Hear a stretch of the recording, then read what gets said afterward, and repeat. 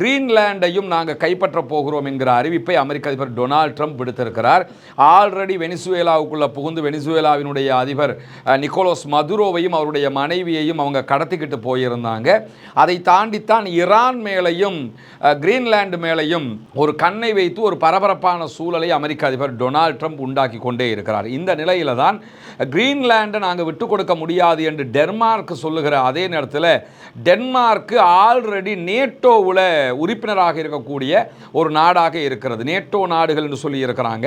இது இராணுவ கூட்டமைப்பு. இந்த நேட்டோ இராணுவ கூட்டமைப்புக்குள்ள எந்த நாட்டின் மேலே யார் தாக்குதல் நடத்தினாலும் அந்த நாட்டை பாதுகாக்கிறதுக்கு நேட்டோ கூட்டணி நாடுகள் போகணுங்கிறது அந்த நேட்டோவினுடைய ஒப்பந்த விதியாகவே இருக்கிறது. அந்த அடிப்படையில் இந்த நேட்டோ நாடுகளில் அமெரிக்காவும் கூட்டணியில் இருக்கிறது.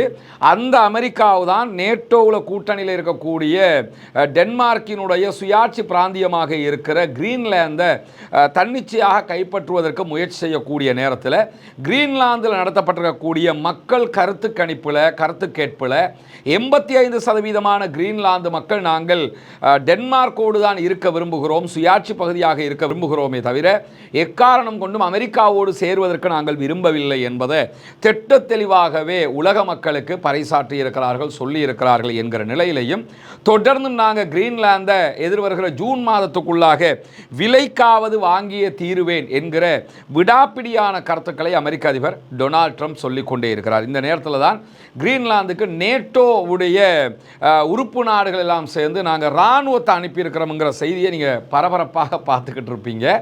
அது பெரிய இராணுவத்தை எல்லாம் அனுப்பல, ஒரே ஒரு விமானம். அந்த விமானத்தில் ஃபோர்ஸஸ் போய் இறங்கியிருக்கிறாங்க. இந்த ஒரு விமானத்தில் போய் இறங்கின ஃபோர்ஸஸ்னால கிரீன்லாந்தை காப்பாற்றிட முடியுமா அல்லது அமெரிக்காவோட சண்டையிட்ட முடியுமா என்கிற கேள்விகள் எழக்கூடிய சூழலில் அதிலும் எப்படி எந்தெந்த நாடுகள் அனுப்பி இருக்கிறார்கள்ங்கிறத பார்த்தோம்னு சொன்னாலே ரொம்ப கேவலமான நகைப்புக்குரிய ஒரு காரியமாக இருக்கும். ஏன்னா எந்த நாடுகளும் அமெரிக்காவிடமிருந்து இன்னொரு நாட்டை பாதுகாக்காது என்பதற்கு இதுதான் மிகச்சிறந்த சான்றாகவும் இருக்கிறது. ஏன்னா அமெரிக்கா இந்த நாட்டுக்கு அட்டாக் பண்ணாங்கன்னா அவங்க வருவாங்க இவங்க வருவாங்கன்றது இருக்குல்ல. ஈவன் ஈரானுக்கு அடித்தா கூட சீனாவோ ரஷ்யாவோ வரப்போவதில்லை. ஆல்ரெடி சிரியாவில் பஷர் அல் அசாதினுடைய ஆட்சி கவிழ்க்கப்படுகிற நேரத்தில் சீனாவும் ரஷ்யாவும் வரலைங்கிறது நமக்கெல்லாம் தெரியும். இப்படி எந்த நாடும் இன்னொரு நாட்டுக்கு உதவுவதற்காக சண்டைக்குள்ளே தானாக ஈடுபட்டு வரமாட்டாங்க. இப்போ நேட்டோ நாடுகள் கிரீன்லாந்தை காப்பாற்றுறதுக்காக இராணுவத்தை அனுப்பினதாக சொல்லப்படுகிறது. எந்தெந்த நாடு எவ்வளவு லட்சக்கணக்கில் இராணுவத்தை அனுப்பியிருக்கிறாங்க என்று சொல்லி பார்த்தீங்கன்னா பிரான்ஸ்ல இருந்து மொத்தமாக 15 சோல்ஜர்ஸ் தான் அனுப்பப்பட்டிருக்கிறார்கள். கிரீன்லாந்தை பிரான்சினுடைய 15 இராணுவத்தை சேர்ந்தவன் காப்பாற்றிடுவானா?